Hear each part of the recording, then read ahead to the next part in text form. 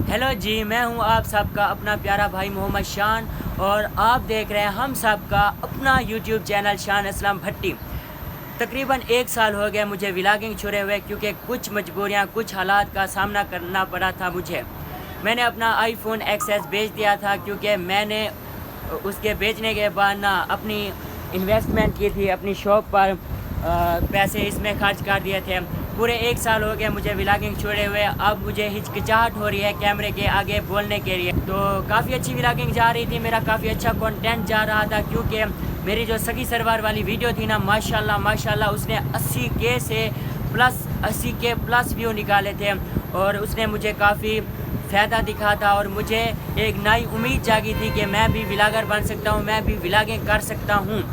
तो आज से मैंने व्लॉगिंग फिर से शुरू कर दिया है। मैंने एक रुपया जोड़कर आईफोन 7 लिया है। तो मैं आज से व्लॉगिंग शुरू कर रहा हूँ। आप दोस्तों की मुझे फिर से सपोर्ट की ज़रूरत है। 1 साल हो गया है, अब पता नहीं मेरा चैनल मोनेटाइज होता है या नहीं होता, ये मुझे नहीं इल्म, लेकिन मेरी फैमिली तो जुड़ी रहेगी ना, मुझे इसमें भी बहुत फ़ायदा नज़र आ रहा है। फूड वालों को भी आज ही आना था, आए हमारी दुकान की टोटल सामान चेक किया। पहले इन्होंने टपाल दानेदार चेक किए। अल्हम्दुलिल्लाह हमारी दुकान से ऐसी वैसी कोई चीज़ें नहीं निकली। फिर उन्होंने हमें एक सफ़ा थमाया कि ये चीज़ें नहीं रखनी, ऐसे समझो कि इनका जैसे असूल होते हैं फूड वालों के। फिर हमने कहा कि फूड वाले तो चले गए। फिर हमने अपनी होंडा बाइक निकाली और सोचा कि क्यों ना कि इसे भी मिस्त्री के पास चेक करवा लेते हैं। हमारी दुकान की तो चेकिंग वैसे भी हो चुकी है, तो मैंने इसे निकाला। वो बारिशें को सीज़न चल रहा है ना, तो इस वजह से सारी बाइक देखने लायक नहीं थी इंजन में से।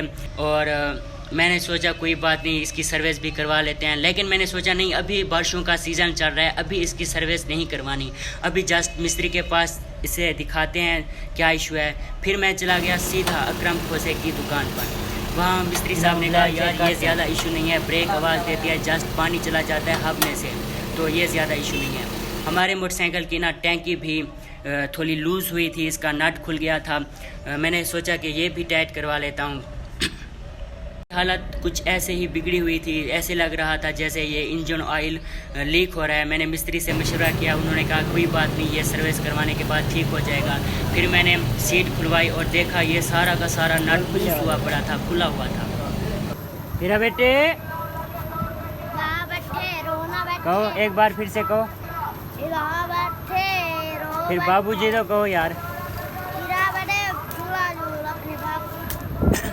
सब काम फाइनल करके ना मिस्त्री के पास होकर मैं आया, तब दुकान की कुछ हालत बिगड़ी हुई नज़र आ रही थी मुझे। सारी मिट्टी लगी हुई थी सामान पर, क्योंकि हमारी रोड ना टूटी हुई है बाहर से। हीरा बेटे हमारी रोड टूटी हुई है, तो इसकी वजह से ना जो भी बड़ी सवारी गुजरती है ना, उसकी जो मिट्टी उड़ती है वो सारा सामान के ऊपर आके लगती है। ये देखिए। चलो अब हम अपना काम डाउन शुरू करते हैं। हम अपना हथियार ये है, हम अपना हथियार उठाते हैं और फायरिंग शुरू करते हैं। शुरुआत हम करेंगे इस चीज़ से, उसके बाद सारी दुकान की बिल्कुल VIP सफाई कर देंगे।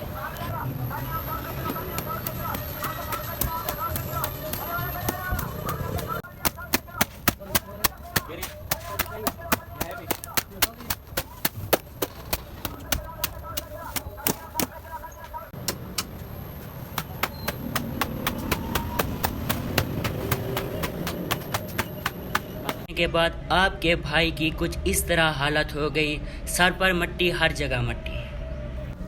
ऊपर गत्ते डालने गया हूँ तो मैंने देखा कि सीढ़ियों में ऐसे शापर भरा हुआ है जैसे किसी बच्चे ने पानी का भर दिया हो। फिर मैंने इसे उठाया और सीधा फेंक दिया छत पर।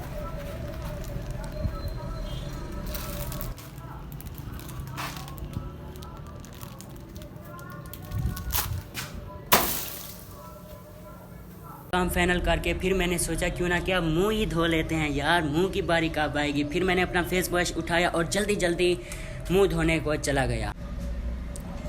वापस आया तो मैंने अपने रेडी से ठंडा पानी मंगवाया है अपने लिए। फिर मैंने पीना शुरू कर दिया। माशाल्लाह पानी हमारा ऐसा बना हुआ होता है कि बार बार पीने को दिल करता है। फिर मैंने भी सोचा क्यों ना कि एक और मंगवा लेते हैं, लेकिन मैंने सोचा नहीं भाई मारेंगे। उसके बाद मैंने अपने छोटे भाई को कहा कि यार मैंने हर सफाई कर लिया है, टोटल सफाई कर लिया है, लेकिन झाड़ू नहीं लगाया। क्यों, तुम झाड़ू लगा दे। तो मेरे भाई ने कहा जी बिस्मिल्लाह। फिर मैंने अपने भाई को झाड़ू थमा दिया और कहा लो जी झाड़ू लगा दो। लो जी, झाड़ू लगने के बाद हमारा माहौल ऐसे ऐसे लग रहा था कि जैसे हमने आज ही अपनी दुकान रिन्यू की है और अपने न्यू सामान लगाया है। ऐसा सामान चमक रहा था, हर चीज़ में शाइनिंग ही शाइनिंग नज़र आ रही थी। ये देखो माशाल्लाह VIP नीट एंड क्लीन माहौल हुआ था। आपके सामने हमारा काउंटर भी बहुत ही प्यारा लग रहा है। बैठे बैठे मुझे ख्याल आया क्यों ना कि आज एनर्जी बहुत ज़्यादा खारिज हो चुकी है, दिन सारा हमने काम किया है, क्यों ना कि हम थोड़ा सा पेट्रोल ही डाल लेते हैं। उसके बाद मैं गया स्टिंग उठाने, लेकिन वो स्टिंग जमी हुई थी। ये देखो आपको नज़र भी आ रहा होगा दीवारों के सेटों पर बर्फ़ जमी हुई है। मैंने काफ़ी फोर्स लगाई, उसके बाद स्टिंग आखिरकार मैंने निकाल ही ली, क्योंकि मैं स्टिंग लवर हूँ। अब में से जो स्टिंग लवर है वो कमेंट में ज़रूर बताएं।